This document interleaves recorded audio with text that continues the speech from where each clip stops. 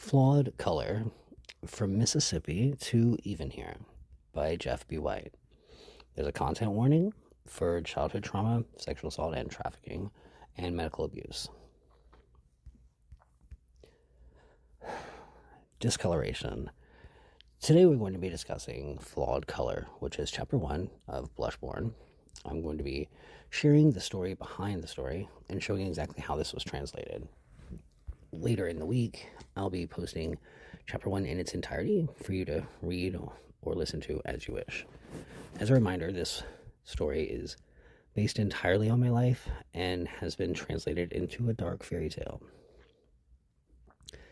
Growing up gay in Mississippi in the 1990s was difficult, to say the least.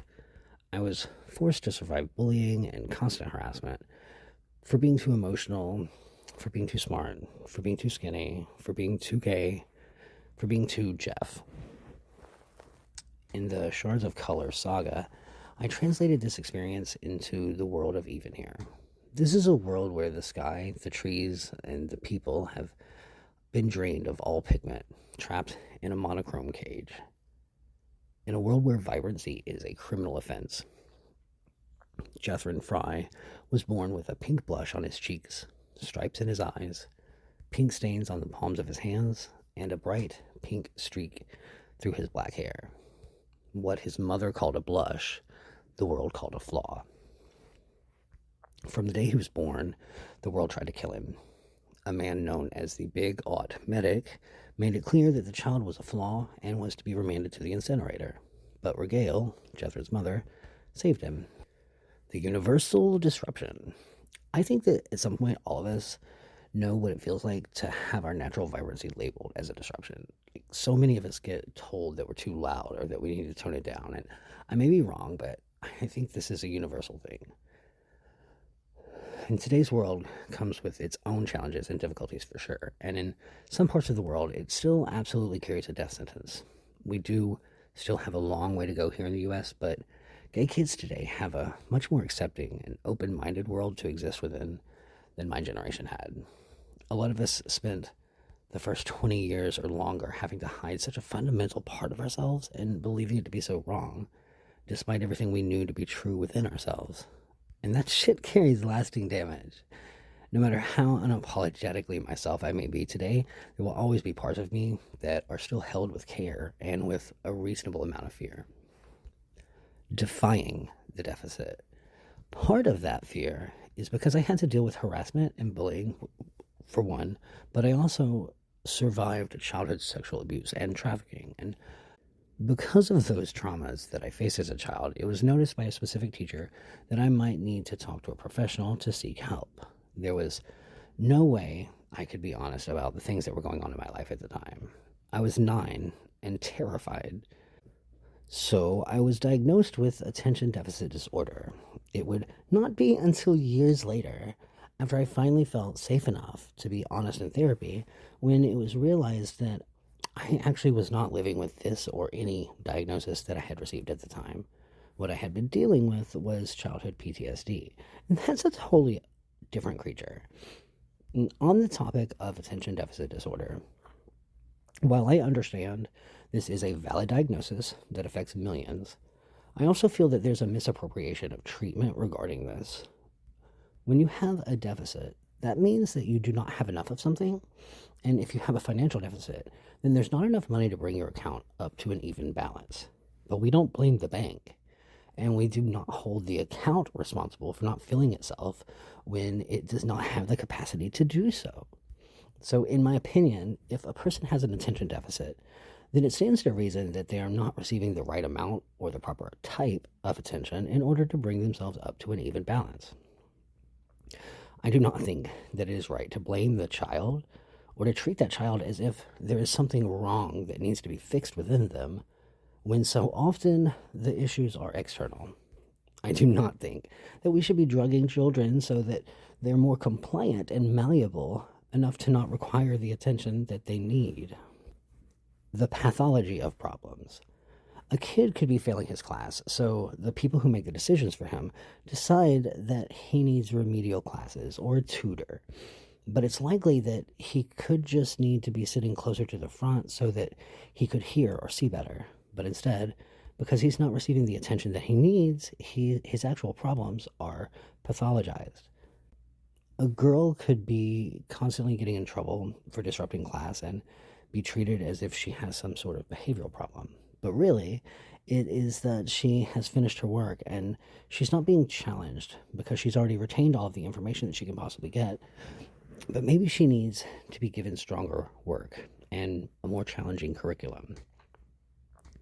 A kid could be failing his tests on purpose. The teachers see this and think that he is doing this because he has a developmental disorder or is just trying to get attention. But maybe he's doing it just to fit in because he's tired of getting beaten up for being the smartest one in the class. Each of these kids back then, when pills were being given out like candy, would have been diagnosed with attention deficit disorder and told there was something wrong with them that needed to be repaired. And then, once they were on medication, they were not getting in trouble as much. Kids who weren't in trouble didn't get grounded. Kids ungrounded were not indoors while the sun was out, and therefore were no longer a problem. The Big Ought Medic. In the opening chapter of Blushborn, Jethrin and his mother Regale are visited at their home by a man known as the Big Ought Medic and a mandated man named Martier. Martier represents an amalgamation of the adult men in my life who were responsible for some of my greatest terrors as a child. From my own father to the fathers of friends, this character represents the banal cruelty of the world itself, while the medic is directly based on a man who used me as a professional guinea pig and lab rat for the pharmaceutical industry in the 1990s. Our records indicate that it has reached its 16th birthday. The medic turned his full attention to Jethrin, his lips curling slightly. The council has approved a new designation. The subject, JF3529, presents with a chronic case of attention necessity. I spent 9 years from the time I was diagnosed until the time I turned 18, being put on one new drug after the other. The pills that we were given as children gave some of the boys breasts. And although some of us were luckier than that, we only got tumors. And of the pills that did not create deformities or cancer, we now have the pills that are being used for weight loss and to help people quit smoking, because they never had anything to do with attention or depression or anything of the sort. And by the time I aged out of my parents' health insurance, I had had my body pumped full of so many drugs and so many chemicals that I lost count. The Great Imbalance. I was then diagnosed with a chemical imbalance and told I would maintain it for the entirety of my life. Now, I found myself wondering why no one else had put two and two together, that while my brain was being formed during the ages of 9 to 18, it was actively being soaked in chemicals. And this diagnosis came as I was thrust into a life of cold turkey from all the high-octane drugs that my parents and doctors had literally held me down and forced into my mouth throughout my childhood. In truth, the reasoning behind the medication was not that I was presenting myself as if I believed I needed attention, or that I even wanted attention. Honestly, I wanted people to leave me alone. I got enough attention. People were constantly paying attention. What it was that they were seeing as a problem was that I was not compliant with the rules and the systems that I found to be unfair. When you're being constantly sexually assaulted by authority figures, you're going to have a difficult time following the rules. I did not fit into a cute little box. I was not quiet. I stood up and I spoke for myself. I had feelings that I spoke out loud.